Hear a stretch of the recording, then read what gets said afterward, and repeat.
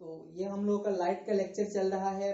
कुछ बच्चों ने इंटरेस्ट दिखाया था कि सर लाइट का आप सिर्फ इमेज फॉर्मेशन बता दीजिए, तो यही लेक्चर चल रहा है और ये हमारा तीसरा लेक्चर है। फर्स्ट लेक्चर में हमने ऑब्जेक्ट एंड इमेज के बारे में समझाया था। सेकंड लेक्चर में हमने image formation from plane mirror समझाया था। अब ये जो लेक्चर है इसमें हम लोग करेंगे कर्व मिरर, कि कर्व मिरर क्या होता है और इससे इमेज कैसे फॉर्म करता है। ये कर्व मिरर का छोटा छोटा 10, 12, 14 मिनट का लेक्चर आप 5-6 आएंगे, मुझे ऐसा लग रहा है, ठीक है, तभी आप अच्छे से समझ पाएंगे।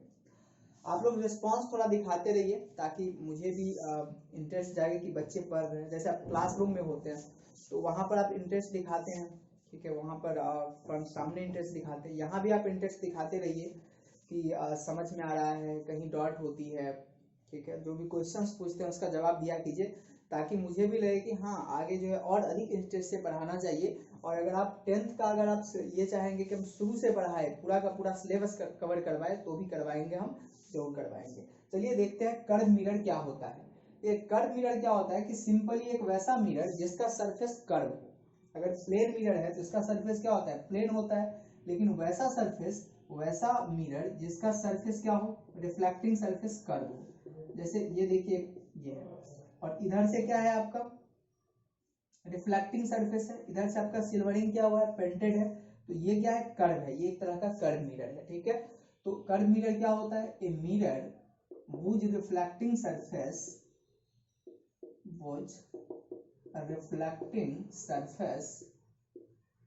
is curve, ठीक है, उसको हम लोग कर्व मिरर बोलते हैं।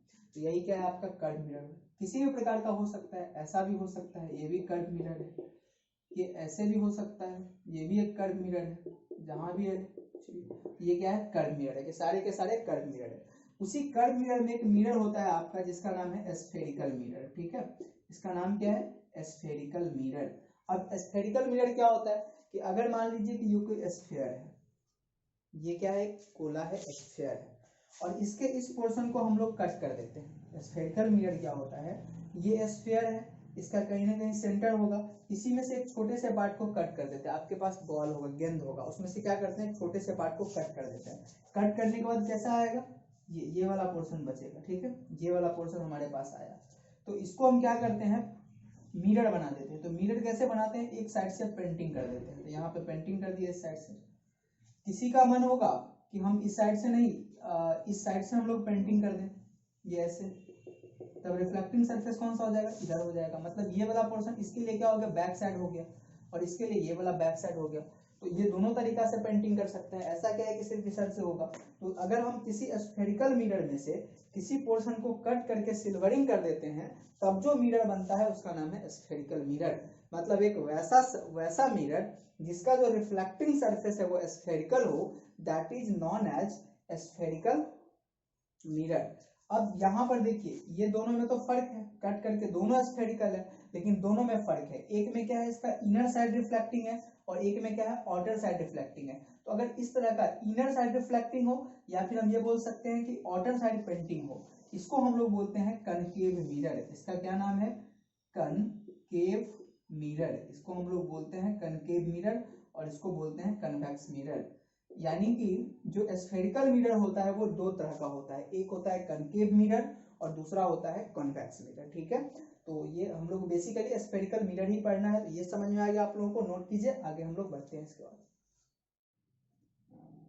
Image formation from curve mirror समझने से पहले कर्व मिरर से रिलेटेड 5 टर्म को समझना जरूरी है। कि कर्व मिरर में पोल हम लोग यूज करते हैं, सेंटर ऑफ कर्वेचर या फिर मिरर यूज करते हैं, रेडियस ऑफ मिरर, हाँ ये क्लास 10th का ही है, तुम भी पढ़ो। हाँ ये रेडियस ऑफ मिरर है, ये प्रिंसिपल एक्सिस है, और ये क्या है, फोकस है। तो ये 5 टर्म्स अगर हम समझ लेते हैं किसी भी मिरर का, तभी हम क्या करेंगे, इमेज को ट्रेस कर पाएंगे। ऐसी जो नोमेनक्लेचर थी, इंपॉर्टेंट टर्म्स थी, वो प्लेन मिरर में नहीं था, ये कर्व मिरर में है। इसको समझते हैं, इसको हम रे डायग्राम से ही समझते हैं, मिरर से ही। मान लीजिए कि ये मिरर है, कनकेव मिरर लेते हैं। कनकेव मिरर क्या होता है कि such type of spherical mirror वो इनर पोर्शन है रिफ्लेक्टिंग, जिसका अंदर जो धंसा हुआ पार्ट है ये रिफ्लेक्टिंग होता है, इसको हम लोग बोलते हैं कनकेव मिरर। ये कौन सा मिरर है, कनकेव। समझते हैं ये पॉइंट कहाँ होता है, ठीक है, और कैसे लेते हैं, एक एक करके। थोड़ा मैं स्लो चल रहा हूँ, समझिएगा इसको। अब देखिए ये मिरर है, मिरर कितना बड़ा है, यहां से लेके यहां तक है, इसका जो ठीक बीच वाला पॉइंट होगा, ठीक बीच वाला पॉइंट है, इसको हम लोग बोलते हैं पोल। इसको पी से नोट करते हैं, किससे नोट करते हैं, पी से।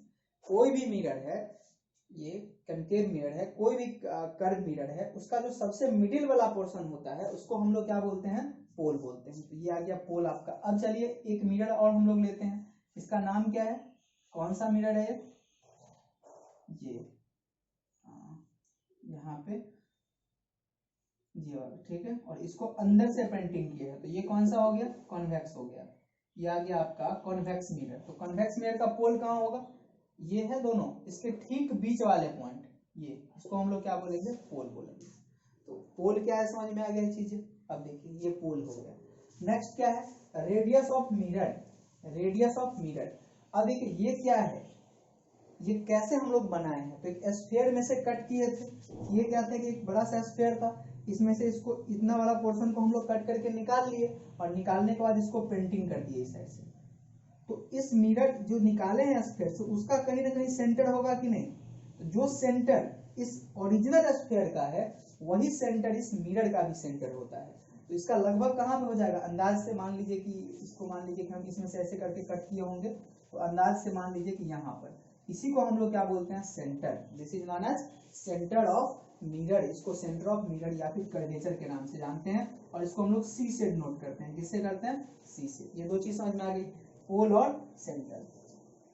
अब सेंटर और पोल को मिलाने के बीच का जो डिस्टेंस होता है, ये इन दोनों के बीच का जो डिस्टेंस होता है, इसको हम लोग क्या बोलते हैं, रेडियस बोलते हैं। तो इसके बीच का जो डिस्टेंस होता है उसी को रेडियस ऑफ कर्वेचर कहा जाता है। सिंपल सी चीज है कि पोल आ गया, फिर सेंटर आ गया, इसके बीच का जो डिस्टेंस है उसको क्या बोलते हैं, रेडियस ऑफ मिरर, और इसको डिनोट किससे करते हैं, आर से करते हैं। ठीक है, ये चीज आ गया। ये अब ये देखिए यहाँ से जो लाइन है सी और पी को मिलाने वाली, सी और पी को मिला रहे हैं, ये इसके बीच का देखिए, ये भी तो आर ही होगा, क्योंकि सेंटर से ये चलिए, ये कुछ भी डिस्टेंस है सब क्या होगा, इसका आर ही होगा। लेकिन सेंटर और पोल को मिलाने वाली जो लाइन होती है, एक लाइन है स्ट्रेट लाइन, जिसको आप मिला दीजिए ऐसे, सेंटर और पोल को एक लाइन से मिला दीजिए। ये लाइन क्या कहलाता है, इस लाइन का नाम है प्रिंसिपल एक्सिस। इसको हम लोग क्या बोलते हैं, प्रिंसिपल एक्सिस बोलते हैं। This is the principal axis. तो एक बार फिर से, जो मिड पॉइंट होता है उसको पोल बोलते हैं, जो ओरिजिनल स्फीयर है उसके सेंटर को इस मिरर का भी सेंटर बोलते हैं। सेंटर और पोल को मिलाने वाली जो लाइन होती है इसको हम लोग प्रिंसिपल एक्सिस बोलते हैं, और सेंटर और पोल के बीच के डिस्टेंस को हम लोग क्या बोलते हैं, रेडियस बोलते हैं। इसको क्या बोलते हैं, रेडियस। अब जो हमारा अगला है ये क्या है, फोकस है।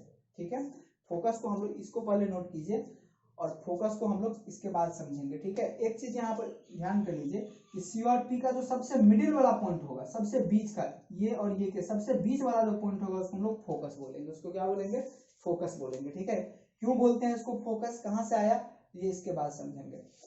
एक और चीज इसको नोट कीजिए, और जरा कन्वेक्स मिरर का सारा कुछ कीजिए, तो कहाँ पर क्या होगा, पोल तो हम कर दिए हैं, सेंटर कहाँ होगा, फिर प्रिंसिपल एक्सिस कौन सा होगा, रेडियस क्या होगा। इसको खुद से करिए, खुद से करके और सेंड कीजिए तो करके। ठीक है, इसको नोट कीजिए। अब समझते हैं फोकस को। ठीक है, फोकस क्या होता है, चलिए फिर से एक हम लोग कनकेव मिरर लेते हैं। ये हमारा कौन सा मिरर है, कनकेव मिरर है। ठीक है, इसमें आप पॉइंट को डिनोट कीजिए, कौन सा पॉइंट कहाँ पे होगा, ये पॉइंट आपका क्या हो जाएगा, पोल होगा। यहाँ पर कहीं क्या होगा, सेंटर होगा, और सेंटर और पोल को मिलाने वाली जो लाइन होती है इसको हम लोग क्या बोलते हैं, प्रिंसिपल एक्सिस। शॉर्ट में लिखेंगे पीए, इसको क्या बोलेंगे, प्रिंसिपल एक्सिस। अब देखिए, मान लीजिए कोई रे आया, ठीक है, कोई भी रे मिरर पे, अच्छा इस साइड से यहाँ पे आएगा कि इस साइड से आएगा, ये बताना, किस साइड से आएगा, इस साइड से आएगा। ये नहीं आएगा क्योंकि इसका बैक पोर्शन है, बैक पोर्शन से थोड़ी इमेज बनता है, नहीं बनता है, ये नहीं आएगा। मान लीजिए एक रे आया पैरेलल, ये रे क्या आया, पैरेलल है। किसके पैरेलल आया, प्रिंसिपल एक्सिस के, इस वाले लाइन के पैरेलल आया। तो जब रिफ्लेक्ट करेगा, तो रिफ्लेक्ट करने के बाद कहां से कट करेगा, किसको, प्रिंसिपल एक्सिस को। ठीक है, ये लगभग यहां से कट करता हुआ जाएगा। जहां कट करता है उसी को हम लोग फोकस बोलते हैं। रिफ्लेक्शन के बाद जो पैरेलल रे होता है, जो प्रिंसिपल एक्सिस के पैरेलल रे होता है, वो मिरर से रिफ्लेक्शन के बाद जिस पॉइंट पर कट करता है प्रिंसिपल एक्सिस को, उसी पॉइंट को हम लोग फोकस बोलते हैं। उसी पॉइंट को क्या बोलते हैं, फोकस बोलते हैं। अब कैसे करता है, क्या जो कर्व मिरर होता है लॉ ऑफ रिफ्लेक्शन को फॉलो करता है, तो आंसर होगा करता है। देखिए ऐसा ही क्यों किया है, क्योंकि अब इस पॉइंट पर लॉ ऑफ रिफ्लेक्शन दिखाने के लिए angle of incidence angle of reflection के बराबर होगा। तो सबसे पहले नॉर्मल खींचना है, तो नॉर्मल क्या होगा इस पॉइंट का, वही लाइन जो इसके सेंटर से पास करता है, ये हमेशा नॉर्मल होता है। इतना एंगल पे है तो इतना ही पे जाएगा और यहाँ पे कट करेगा।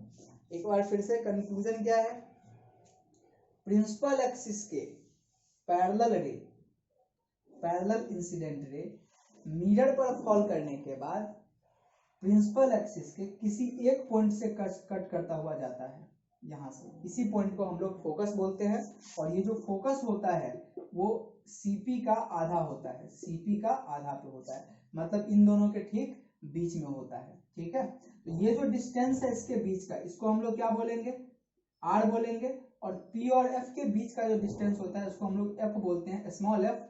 पॉइंट को एफ से डिनोट करते हैं और इसके बीच के डिस्टेंस को स्मॉल एफ से डिनोट करते हैं। ठीक है, और स्मॉल एफ क्या है, फोकल लेंथ है, इसको हम लोग बोलते हैं फोकल लेंथ। और ये वाला सीपी क्या है, रेडियस है। तो जो फोकल लेंथ होता है वो हमेशा रेडियस का आधा होता है। इसको ध्यान रखना है, किसके लिए होता है, सिर्फ और सिर्फ मिरर के लिए होता है। कौन सा मिरर होता है, स्फेरिकल मिरर। स्फेरिकल मिरर में कौन कौन सा आता है, कनकेव आता है और कॉन्वेक्स आता है। दोनों मिरर के लिए क्या होता है कि जो फोकस होता है वो r/2 से छोटा होता है, सॉरी बराबर होता है 9। ये पढ़ाने के बाद सबसे इंपॉर्टेंट चीज क्या है, जब हम इमेज ट्रेसिंग करेंगे, इमेज फॉर्मेशन करेंगे, तो इमेज फॉर्मेशन करने के दौरान सबसे पहले हम लोग क्या करेंगे, पॉइंट को ही दिखाएंगे। जैसे बोल देगा कि आपको कनकेव मिरर से क्या करना है, इमेज खींचना है, ट्रेस करना है, तो सबसे पहले क्या करेंगे, कनकेव मिरर लेंगे और डिफरेंट पॉइंट को हम सबसे पहले दिखा देंगे। अगर जिस बच्चे को ये पॉइंट लिया हुआ नहीं आता है कहाँ पर क्या होता है, उसे नहीं बन सकता है, कभी भी इमेज नहीं ट्रेसिंग हो सकता है। ठीक है, अगर ये आप ले लेते हैं तो इमेज ट्रेसिंग हो जाएगा। तो ये बहुत इंपॉर्टेंट चीज है। अच्छा, एक और, अगर हम यहाँ पर ये मिरर लेते हैं, ठीक है, ये कौन सा मिरर है, दिस इज द कॉन्वेक्स। तो इसमें कहाँ पर क्या पॉइंट होगा, इसमें कौन सा पॉइंट कहाँ पर होगा, ठीक है, हम ड्रॉ कर देते हैं। ये पी पोल यहाँ पर होता है, ये किसका पार्ट होगा, इधर वाला, तो यहाँ पर ये सी होता है। ठीक है, और इसको मिलाने वाली जो लाइन होती है इसको हम लोग क्या बोलते हैं, प्रिंसिपल एक्सिस बोलते हैं। फोकस कहाँ होगा, इन दोनों के बीच में, ठीक यहाँ पर फोकस होता है। ये वाला डिस्टेंस क्या कहलाएगा, फोकल लेंथ, और ये डिस्टेंस क्या कहलाएगा, रेडियस। तो ये हो गया कन्वेक्स का। तो ये कनकेव और कन्वेक्स एक बार कॉपी बंद करके लिखने के बाद खुद से इसको जरूर नोट कीजिएगा कहाँ पर कौन सा पॉइंट होता है। ये 5 से 6 इंपॉर्टेंट पॉइंट है। अब नेक्स्ट क्लास में हम लोग क्या करेंगे कि इमेज ट्रेसिंग करेंगे कॉनकेव मिरर का, और उससे नेक्स्ट क्लास में क्या करेंगे, कॉन्वेक्स मिरर का इमेज ट्रेसिंग करेंगे। हमेशा क्वेश्चन पूछा जाता है 10th में इस पे। ठीक है, चलिए इसको नोट कर लीजिए, और कोई प्रॉब्लम है तो बताइए कमेंट करके।